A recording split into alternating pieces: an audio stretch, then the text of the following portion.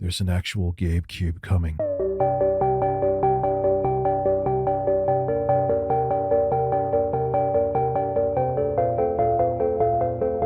Good. I just wanted some sauce on those zingers. All right, ladies and gentlemen, you know the drill. A couple shameless plugs. Make sure you subscribe to this channel, Rich Tomorrow, and hit that like button. It does help in the algorithm. Also, too, I will be streaming this evening around 7:45 p.m. We're going to be talking about some YouTube crash outs that are going on currently. And also make sure, why did I grunt like that? Zingers. Also, make sure you subscribe to my ASMR channel called Tech25 ASMR. I just uploaded a new video talking about Doom the Dark Ages and cloud gaming. I'll have a link to that below in the description. And also what I mentioned here will be in the top pinned comment as well. Be a man, sub to this channel. Come watch everything I just said. Consume me. Sauce on those zingers. All right, so a subscriber of mine, a longtime sub of mine, Sean, he hit me up and said, Rich, they're doing it. It's over. Valve is releasing a Steam machine. They officially announced it, and IGN went to go check it out, and here it is. And yeah, Valve is releasing a Steam machine in early 2026, and it's interesting. I'm actually excited for it. Why? I don't know. I have plenty of PCs that are more powerful than that rig, but I still want it because I'm a moron and because I think it's a really smart choice what Valve is doing, and I do expect this little box to be successful. Anyway, this comes from IGN, who actually, like I said, went out to go check out the Valve Steam machine. Did I call it the Steam box? Whatever, you get the point. And they walked away pretty impressed. Valve has announced a return to its Steam machine PC console hybrid hardware alongside a new version of the Steam controller. As part of a big day for Valve hardware announcement, Valve confirmed the next-gen Steam machine and Steam controller features and specs, but failed to announce one key piece of information: price. And I know why, and I think you do too. We do know, however, that the Steam machine comes as a 512 gigabyte model, which is useless, and a 2 terabyte model. Luckily, it'll be easy for you to replace the SSD if you want to upgrade it, and will ship in a bundle with a Steam controller as well as a standalone at some point in 2026. Now, I saw this controller going around the internet, and I'm like, I'm not going to make a video on a controller, but if they come out with a Steam machine with it, which is, I would almost guarantee what they're doing, then I'll talk about it. Well, here I am. So yeah, let's take a look at some of these images too, because here I wanted to show you. I think it's a really, I don't know. I like the way the Series X looked as well. I have something for like very sharp edge things. But anyway, here is the Steam machine. Here is an ad from Eastern Connecticut State University. Shout out to them. I guess they're sponsoring this video whether they want to or not. So here is the back. Here is the ventilation fan. I think this blows air out the back. Obviously, it's not sucking it in. Why did I even say that? There is the PlayStation 5S and Series XS plug. So the power supply is internal. That has benefits and drawbacks. I've talked about that before. Obviously, HDMI 2.1 DisplayPort. I watched the video from IGN on that, and I didn't catch that. That's cool. Gigabit Ethernet, USB 3, and a USB-C port on the back. So a lot of I/O for a gaming-centric PC. It's a PC, but I feel like when you put SteamOS on something, it becomes a console flat out. Trust me, I've done it. So, and you'll see that in the future. But nonetheless, let's continue here in the front.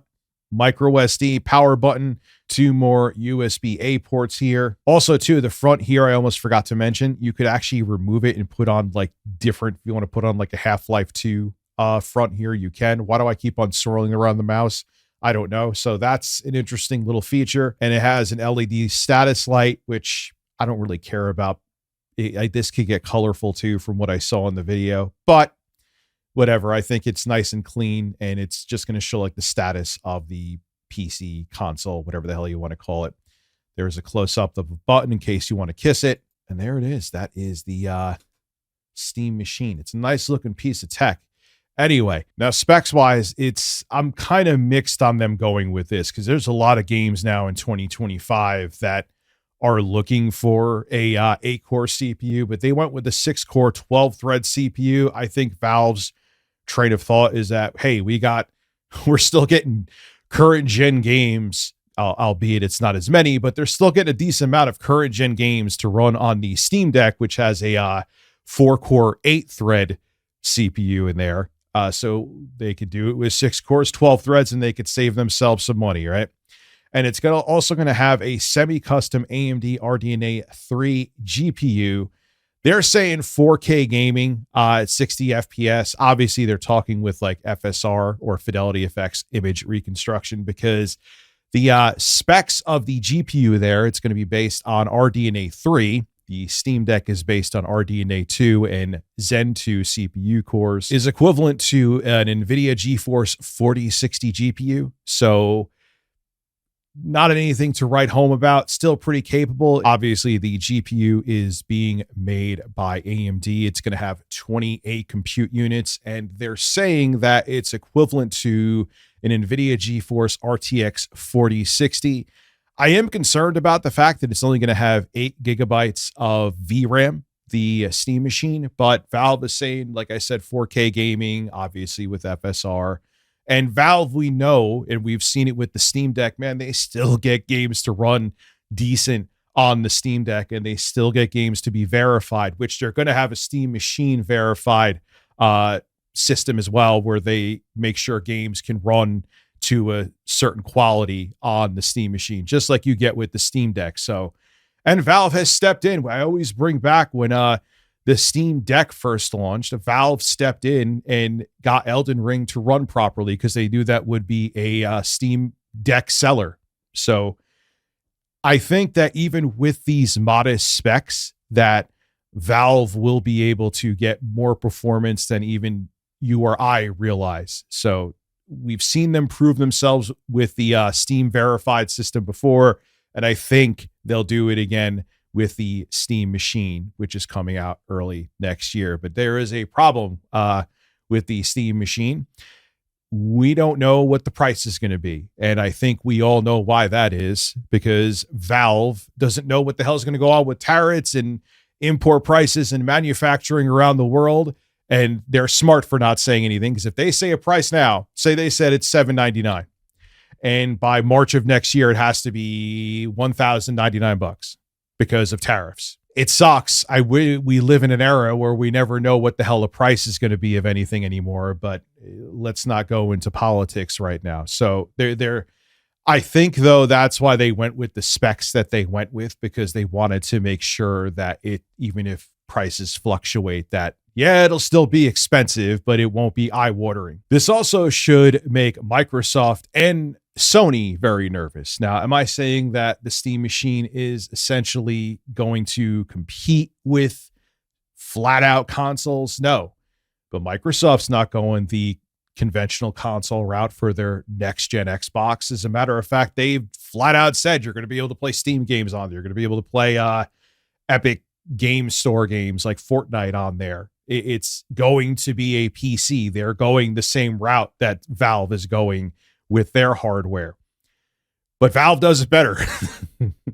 Valve with SteamOS, man, and their Proton layer to make Windows games work in Linux, they've nailed it. Really, the only thing, the biggest Achilles heel to playing games on Steam OS devices is that you can't play multiplayer games like Call of Duty or Battlefield. That's the biggest problem. But until Valve solves that, where Call of Duty and Battlefield can be played on their platforms, that will always give Microsoft an inherent advantage. Microsoft also now owns the studio that develops Call of Duty. So I wonder if there's a vested interest to not make Call of Duty run in SteamOS.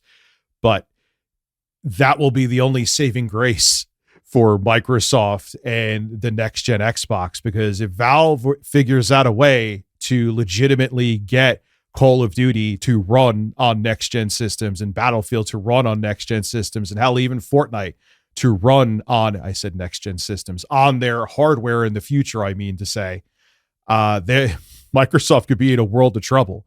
But we'll see what happens in the future with that. And it'll be interesting to see if Valve figures that out, how Microsoft fares against Steam and SteamOS and Steam machines. Oh yeah, I almost forgot to look at this with you. This is the next gen Steam controller.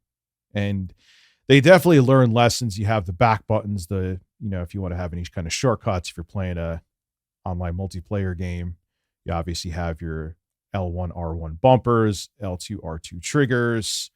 The front of the controller, I remember the older Steam machine controller just had one touchpad and they had one analog stick. That they tried really hard to integrate touchpads and people hated it. This one, they learned to give you the option of either doing the touchpad or having just conventional analog sticks. This thing looks like a Duke controller from the original Xbox. Jesus. We got that D-pad that the Steam machine is infamous for. It's fine. It's not bad. You could definitely play like platformers on it, but no, it's not the same picture. They show the LED light there. Very, very exciting. Needed a whole different picture for that. And I guess this is them showing it in real life here, where it's not just a cutout. And there it is. It seems like it's comfortable. It seems like it's a big controller. And with my large mitts, that's actually a good thing. I'm curious to try it out because I needed the 2 analog sticks in there. They used to not have them. And I do like the touchpads. So now that they give the option for both, I'm on board with this controller. It being big, it be damned. So I'm not just saying this to sound like a typical corny YouTuber. I will be reading the comments because I'm curious how you feel about this. I remember JKBJ, not really being he was on the fence about this. That's the best way I could put it. But I see the potential with this. I see them having a market here where people want to just be in the SteamOS environment. And if this is affordable, which in 2026, Lord knows what affordable will be, I think it'll be a seller. Now, will it compete with other consoles? I don't know. I used to just say, no, it's going to be something that complements them. It's going to be something that's another choice. I think it'll still be that, but with what a console is changing, maybe it'll be more of a competitor than we realize. Who knows? Time will tell, but I am actually excited for this. And I think it's a smart move for Valve to want to be under someone's television in their home. This is Rich Tomorrow signing out. Subscribe to this channel and subscribe to Tech25 ASMR, and I will see you all in the next video. Ocean water. Ocean water. Ocean water. Ocean water. Ocean water. Ocean water. China!